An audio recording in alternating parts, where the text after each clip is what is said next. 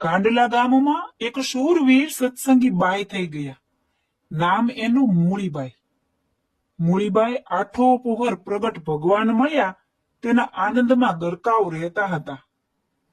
એટલું જ નહીં, પોતાની પાસે બેસવા આવનાર બાઈઓને સત્સંગના રંગથી રંગી દેતા.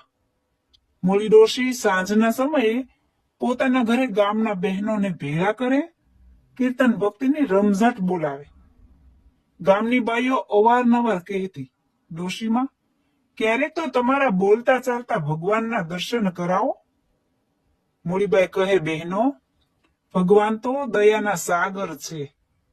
ક્યારેક એ જરૂર મહેર કરશે અને મારા અને તમારા મનોરથ પૂર્ણ કરશે અને આપણા ગરીબના ઝૂંપડા પાવન કરશે. વિરહની વેદના વેગ પકડતી હતી. તેવા સમયમાં એક વખત ગઢપુરથી એક જાન નીકળી. જાન પણ અદ્ભુત. સ્વયં ભગવાન સ્વામિનારાયણ પોતાના ભક્તરાજ દાદા ખાચરને પરણાવવા ભટવદર જઈ રહ્યા છે. ભગવા વેશધારી સાધુઓ જાનમાં જાનડિયું બન્યા છે. જાનના ગાડાઓએ ગાંડલા ગામના પાદરમાં પ્રવેશ કર્યો. ત્યાં તો ગામના વિરાતુર ભક્તો સાથે મૂળી ડોશી આડા ઉભા રહી ગયા. મહારાજ, આ ગરીબ શબરીની ઝૂંપડીને પાવન કર્યા વગર આગળ નહીં હાલવા દો. મૂળી ડોશીએ બે હાથ જોડીને ગદગદ કંઠે વિનંતી કરી. પ્રેમને પરવશ થયેલ પરમાત્માએ મૂળી ડોશીના ભક્તિભાવમાં રહેલી વિનાશ પીછાની એમની લાગણી જોઈને માંગણી માન્ય રાખી. ડોશીએ યથાશક્તિ જાનૈયાઓનું સ્વાગત કર્યું. ગાડા પાદરમાં રોકી ભગવાન શ્રીહરિ ડોશીને ઘેર પધાર્યા. ડોશીએ હોંશે હોંશે મહારાજના લલાટમાં કુમકુમનો ચાંદલો કર્યો અને ચોખાથી શ્રીહરિને વધાવ્યા. ડોશીમાએ એકાગ્ર દ્રષ્ટિથી દર્શન કર્યા અને મોહનવરની મૂર્તિને હેતથી હૈયામાં ધારી લીધી. પ્રેમી ભક્તનો પ્રેમ નિહાળી શ્રીહરિ પીગળી ગયા. મૂળી ડોશીને મહારાજ કહે, માગો માગો, તમારે જે જોઈએ તે આપું. ડોશીમાં બોલ્યા, મહારાજ, શું માગું? તમારી કૃપાથી બધું જ મળ્યું છે. કાંઈ માગવાનું મન થતું નથી. તમે રાજી રહો એમાં મારે બધું આવી ગયું. નિષ્કામ ભાવે ડોશીએ જવાબ દીધો. મહારાજ માગવા માટે આગ્રહ કરતા કહે છે, નહીં માં, તમે ન માગો તો મારો ફેરો ખાલી જાય ને કાંઈક તો માગવું જ પડશે. ડોશીમાને અચાનક કાંઈક યાદ આવી ગયું. હાથ જોડીને બોલ્યા, મહારાજ, આપવું જ હોય તો એક વરદાન આપો. બોલો બોલો, મહારાજ આપવા ઉતાવળા થતા બોલ્યા. મહારાજ, આપવું જ હોય તો મારે ઘેર કાયમ તમારા સાધુના ઉતારા થાય એ વરદાન આપો. આ સાંભળી મહારાજ તો રાજી રાજી થયા અને તથાસ્તુ બોલ્યા. બાજુમાં ડોશીનો પતિ ઉભેલો. તે બિચારો બાળા ભોળા જેવો. મૂળી ડોશી ભક્તિ કરે પણ આને કાંઈ ઝાઝી ગમ ન પડે. તે તુરત બબડી ઉઠ્યો. મોઈ અભાગણી માગી માગીને ઘરનો ઘસારો માગ્યો. આને માગતાય ન આવડ્યું. સાધુ આવે તે ખાવા દેવું પડે. કેટલો બધો ખર્ચ થાય. ડોસાના બબડાટને અંતર્યામી અવિનાશી પારખી ગયા.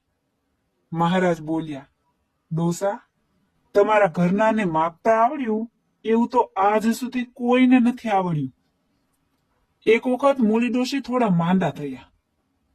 મહારાજે ડોશીમાને દર્શન દીધા અને કહ્યું, મૂળીમાં, તૈયાર રહેજો. આવતીકાલે હું તમને મારા ધામમાં તેડી જઈશ. ડોશી તો રાજી રાજી થઈ ગયા. ભલે મહારાજ, તૈયાર જ બેઠી છું. ડોશીએ ઘરના માણસોને કહ્યું, આવતીકાલે હું ભગવાનના ધામમાં જવાની છું, માટે કોઈ પણ ખેતરવાડીએ જશો નહીં. કોઈને આ વાત મનાણી, કોઈને ન મનાણી. ગામના લોકોને પણ ખબર પડી કે મૂળી ડોશી ભગવાનના ધામમાં જવાના છે. ત્યારે કોઈક બોલ્યું, શું મરવું એ કાંઈ પોતાના હાથમાં છે? એ તો માંદગીમાં ડોશીની ડગલી ખસી ગઈ છે એટલે બકે છે. કેટલાક માણસો કૌતુક જોવા ડોશીને ઘેર આવ્યા. બરાબર 1 વાગ્યાનો સમય થવા આવ્યો. ડોશીએ ગાયના છાણથી લીપાવ્યું, ઘીનો દીવો કર્યો, ગંગાજળનું પાન કર્યું અને તુલસી પત્ર મંગાવી પોતાની જાતે મુખમાં મૂક્યા. અંત સમયે શરીરમાં થોડી પીડા જેવું જણાયું અને છેલ્લા શ્વાસ લેવા માંડ્યા. ડોશીનો પતિ પાસે બેઠો હતો. એના મનમાં થયું કે ડોશીને મરતી વખતે જીવ જાતો નથી અને મૂંઝવણ થાય છે, માટે મારે એની પાછળ કંઈક પુણ્ય કરવું જોઈએ, જેથી એના જીવની સદગતિ થાય. એમ વિચારી ડોસો બોલ્યો, તારા જીવને ગત કર ગત. હું તારી પાછળ 5 એકાદશી કરીશ અને તને સ્વામિનારાયણના સાધુ વાલા છે તે 5 સાધુ જમાડીશ. ધામમાં જવાની તૈયારી કરી રહેલા ડોશીએ આ શબ્દો સાંભળ્યા. એના મનમાં થયું, અરે આટલું મારા ભેગા રહ્યા છતાં એને ન મારો સંગ લાગ્યો, ન મહારાજનો મહિમા સમજાયો. ડોશી સૂતા સૂતા પેટ બળતા બોલી ઉઠ્યા, જુઓ, તમે મારા જીવને સદગતિ કરાવવા શું કામ માથાકૂટ કરો છો? આપણે આટલું ભેગા રહ્યા તો પણ તમને સમજાયું નહીં? હું પ્રગટ ભગવાન શ્રી સ્વામિનારાયણની ઉપાસક છું. મારા હાથના રોટલા ખાધા હશે, મારા ગોળાનું પાણી જેણે પીધું હશે, એ જીવને પણ કોઈ દિવસ જમ તેડવા નહીં આવે. તો મારી તો વાત જ ક્યાં રહી? તમારા એકાદશીના પુણ્યથી મારી સદગતિ થશે એમ તમારે ન માનવું. મારા દર્શન કરશે તેનું પણ કલ્યાણ થશે. મારી તો વગર કહીએ સદગતિ જ છે. ડોશીએ થોડીવાર મહારાજના અમોઘ પ્રતાપની બળભરી વાતો કરી છેવટે સર્વને જય સ્વામિનારાયણ કર્યા. આટલું બોલી ડોશીએ દેહ મૂક્યો.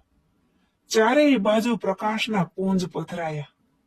દિવ્ય શરીર ધારી દિવ્ય વિમાનમાં બેસી ડોશીમાં ભગવાન સાથે આકાશમાં અદ્ધર જઈ રહ્યા છે તેવા સર્વને દર્શન થયા.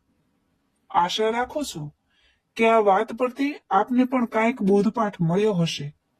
જય સ્વામિનારાયણ.